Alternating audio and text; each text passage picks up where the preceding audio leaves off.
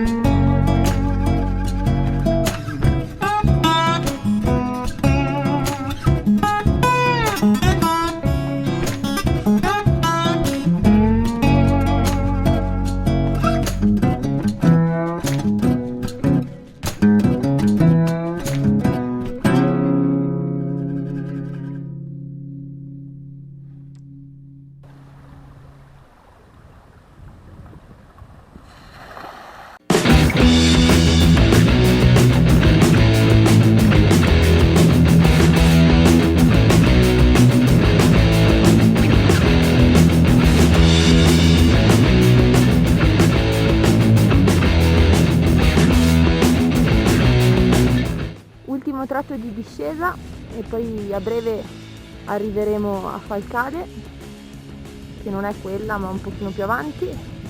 Qua sopra di noi le Pale di San Martino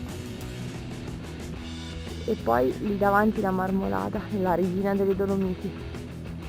Una bella discesa da Rosetta, impegnativa a tratti ma divertente e variegata come piace a noi.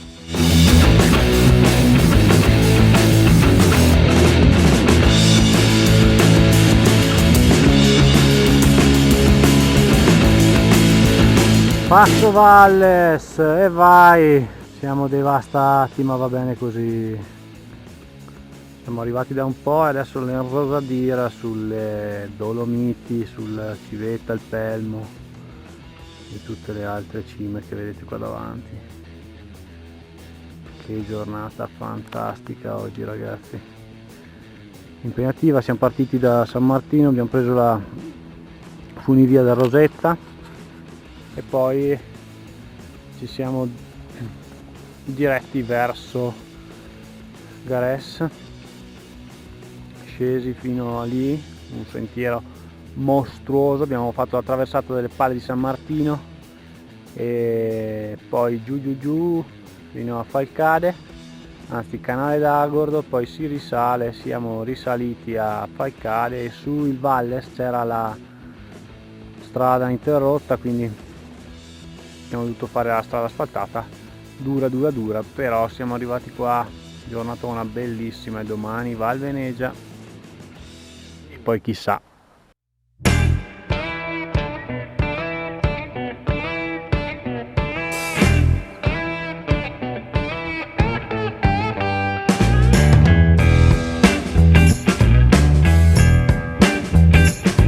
Porcella di Paradazzo a 2220. Sono le 9 del mattino, siamo in mezzo alle Dolomiti, lì c'è la Marmolada che domina, non c'è nessuno, i campanacci delle mucche sono la nostra colonna sonora e non si potrebbe volere di meglio, una giornata splendida. E ora scenderemo Lago di Cavia e poi su verso la Val Venegia, che paradiso.